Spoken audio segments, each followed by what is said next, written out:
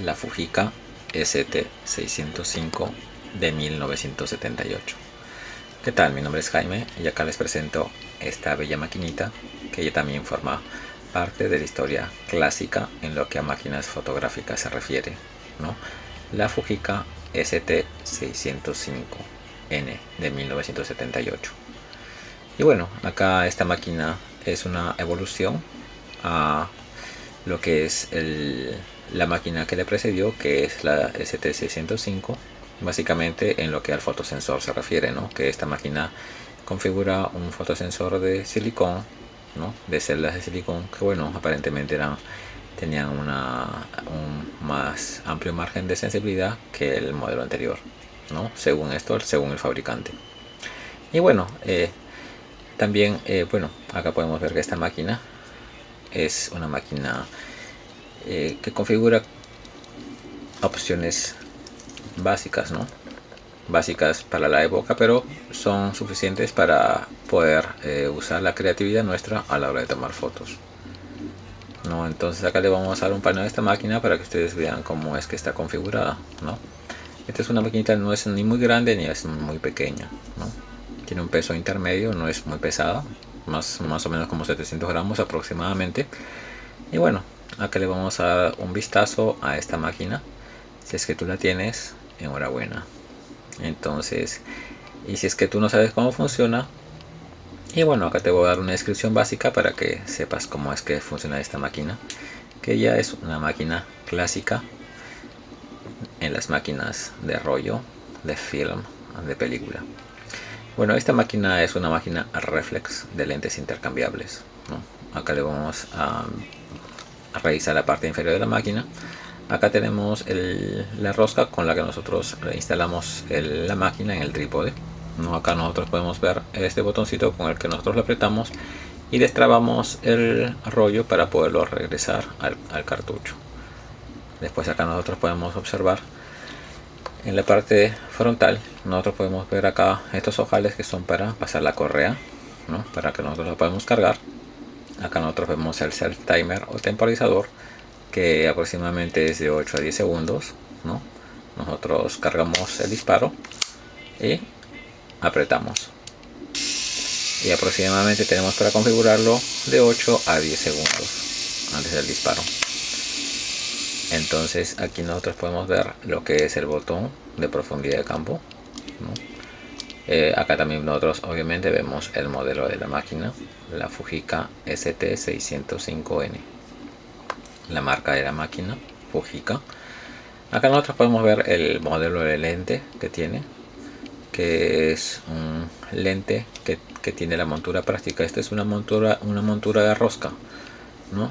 Entonces nosotros podemos ver ahí la configuración del lente, que es un lente de 55 milímetros, y también podemos observar que la apertura máxima que tiene este lente es de 2.2, ¿no? Vemos ahí las configuraciones que tiene el lente, la procedencia o el nombre del fabricante. En este caso es el mismo de la máquina Fuji. Bueno, este lente a la hora para uno desmontarlo, podemos hacerlo girar en sentido antihorario, ¿no? Lo sacamos con cuidado.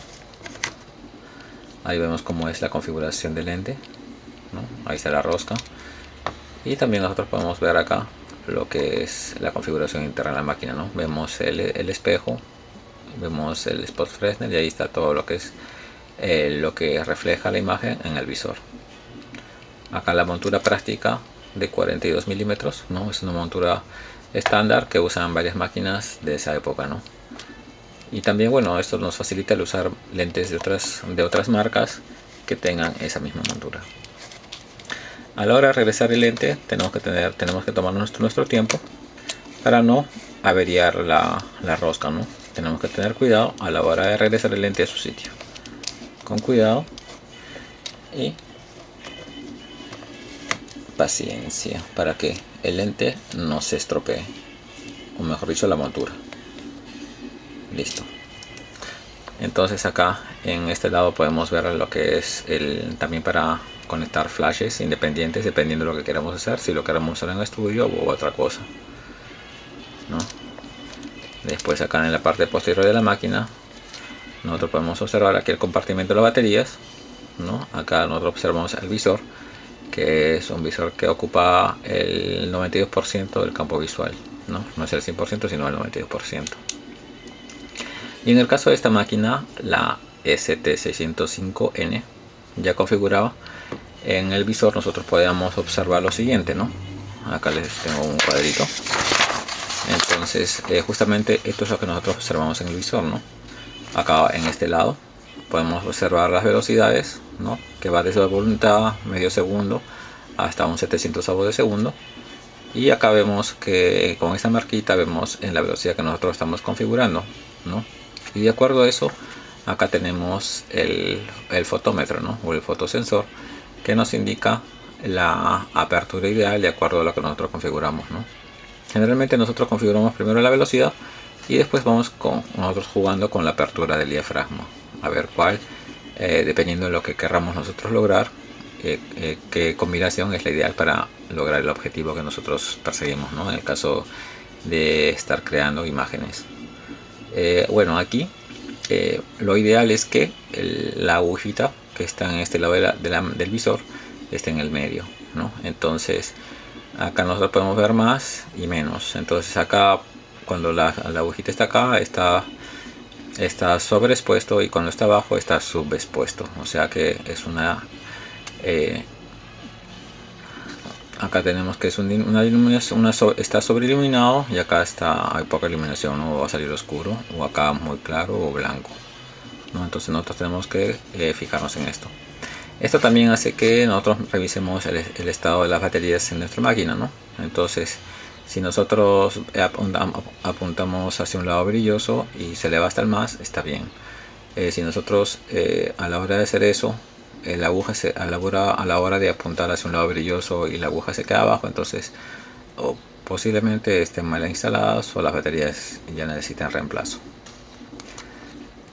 Entonces acá en el centro del visor nosotros podemos ver el spot Fresnel, y también podemos ver acá la división de como un prisma, y justamente acá es donde nosotros enfocamos la imagen, ¿no? Cuando nosotros vamos girando el lente, ¿no? De acuerdo a la distancia del objeto sujeto, nosotros hacemos foco justamente con la imagen de acuerdo a la distancia, ¿no? Y cuando acá ya es bien clara la imagen, bien nítida, entonces es la distancia ideal o el enfoque correcto.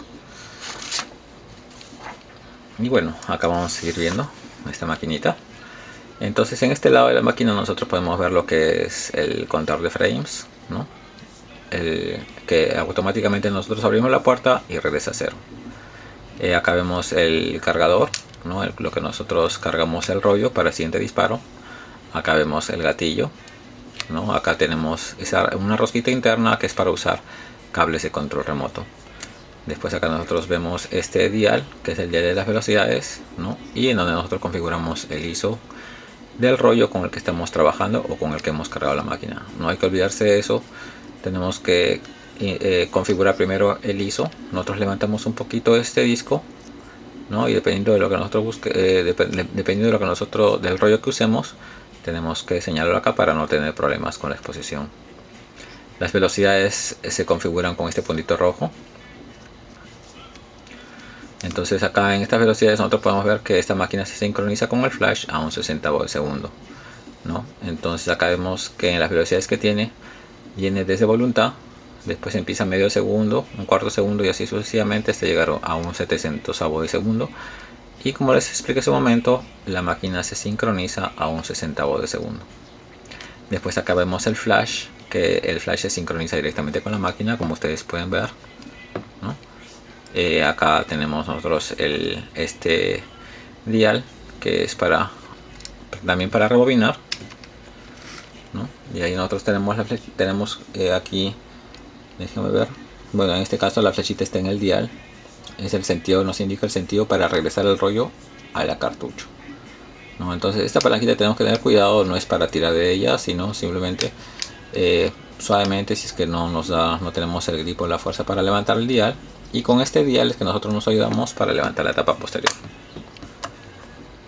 Y ya. Aquí bueno, yo le pongo este sobre de disecante o salicílica para evitar la humedad que entre a la máquina, ¿no? Para que se mantenga operativa. Acá vemos que esta máquina configura una cortina de obturación que no es nada mala, es el diseño de la máquina y es lo que por lo que el fabricante optó, ¿no? Básicamente uno tiene que tener cuidado con este tipo de cortina de obturación, ¿no? Bueno, tanto en las metálicas como en las de fibra de carbono y como en estas, uno siempre tiene que tener cuidado, porque si es que no tiene cuidado, por más metálicas que sean o el tipo de material que sean, si es que uno no las cuida, se averían, ¿no?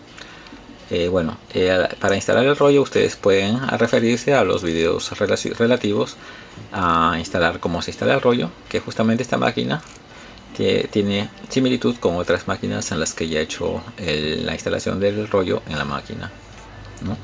Entonces acá nosotros vemos que acá tiene el plato opresor, que esto hace que el film o la película quede plana, ¿no? Y no haya deformaciones a la hora de tomar fotos.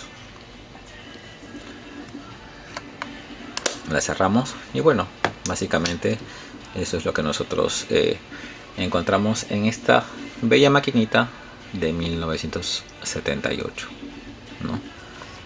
Entonces acá le vamos a dar un paneo más a esta máquina para que ustedes puedan verla cómo es la configuración externa de esta máquina, que ya también forma parte de la historia en lo que a cámaras fotográficas se refiere. La Fujica ST605N de 1978. Gracias y bueno, espero que les haya gustado y hasta la próxima.